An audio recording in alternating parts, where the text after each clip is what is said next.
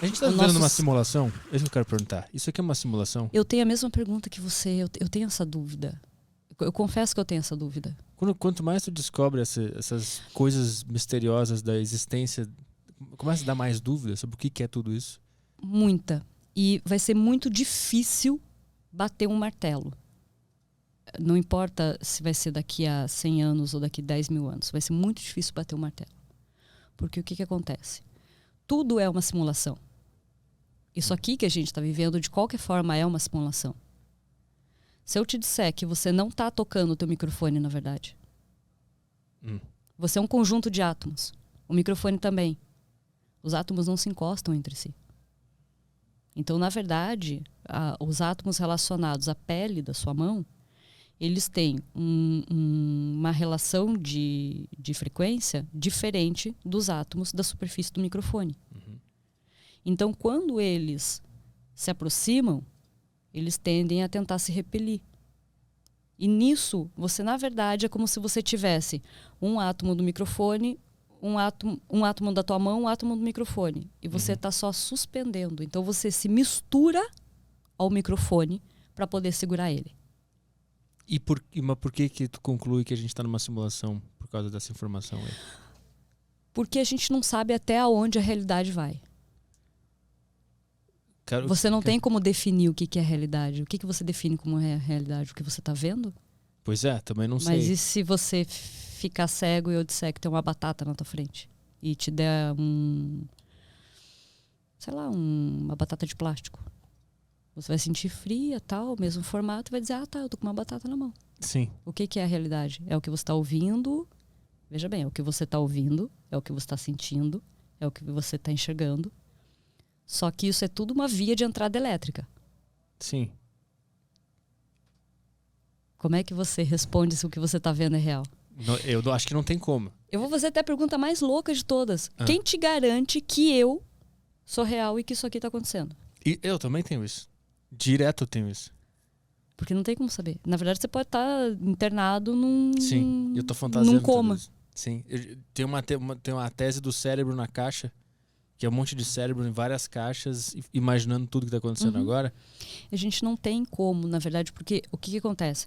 A nossa ideia, o nosso cérebro ele faz o quê? De um lado, ele refuta tudo.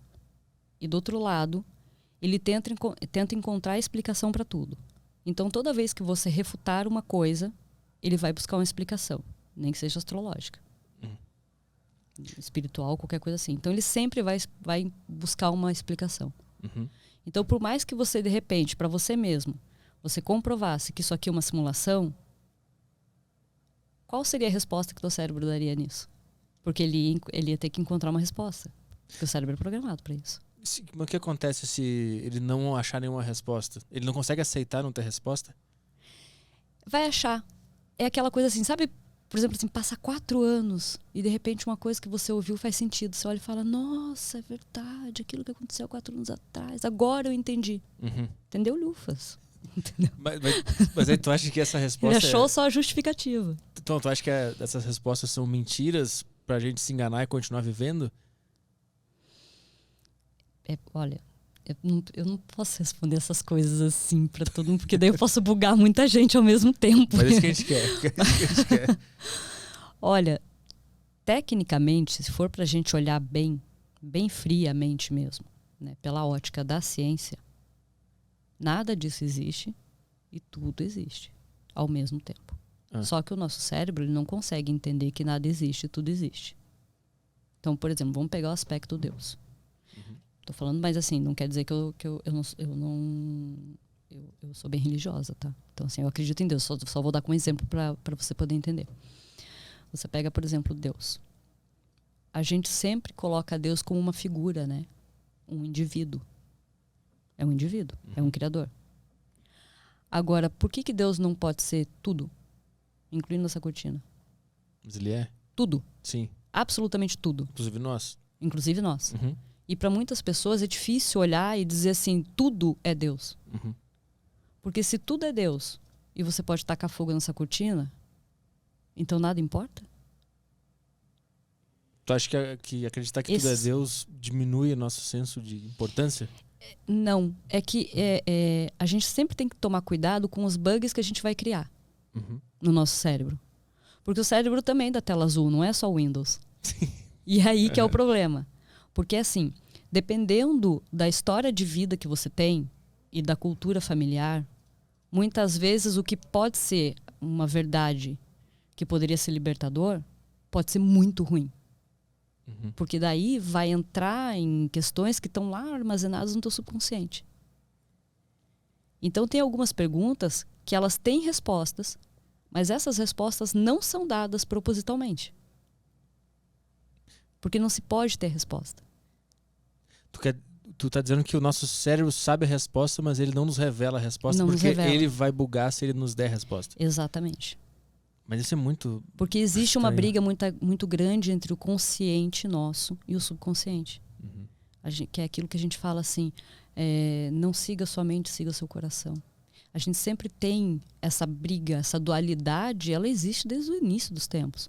Ela não é só uma briga hoje política entre esquerda e direita. A gente sempre teve o branco e o preto, o sim e o não, o claro e o escuro, o bem e o mal.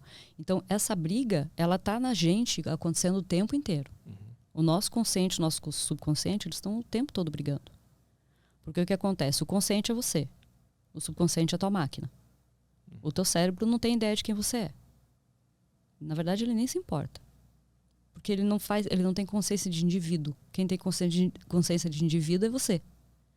Então, até que ponto ele consegue absorver informações que muitas vezes você olha assim, como indivíduo, se me disserem, por exemplo, assim, sim, existe vida em outros planetas. Eu super aceito. Você aceita. O teu cérebro pode não aceitar. Sim. E é ali que é o problema. Por isso que o ignorante ele é mais feliz. Porque quanto mais você vai aprendendo, quanto mais você vai se aprofundando, mais você vai percebendo que as coisas estão indo muito mais além do que até você que está se aprofundando muito consegue entender. Porque é muito fora. E é muito difícil. Quando você pega, por exemplo, todo mundo que estuda neuroengenharia tem um entendimento do cérebro num nível mais profundo. Até a gente, se a gente para e não dá uma respirada, e, sei lá, não faz um mantra, não ora, não vai fazer uma trilha, alguma coisa assim, pira. Porque tem uma noção de que o quanto é muito jogo elétrico acontecendo e muita decisão sendo tomada que não é pelo indivíduo, e sim pelo subconsciente dele. Mas quem é esse cara que consegue observar tudo isso que está acontecendo no próprio cérebro? É o próprio cérebro? Como assim? Eu não entendi a pergunta. Como é que tu consegue... Tu disse assim, quanto mais eu estudo o cérebro, para resumir, mais eu entendo o quão misterioso é tudo isso, mais difícil ficar bem com tantas informações.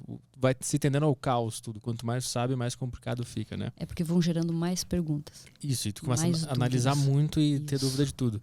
Mas quem é essa pessoa que está observando tudo isso? Se não o próprio cérebro? O cérebro ele não observa, o cérebro ele só faz equações. O cérebro trabalha com estímulos elétricos, que vão gerar estímulos neuroquímicos. Toda essa parte neuroquímica pode gerar, que é o que vai acontecer depois, de te dar ou um ataque de pânico, ou uma depressão, ou ansiedade. E é isso que acaba acontecendo.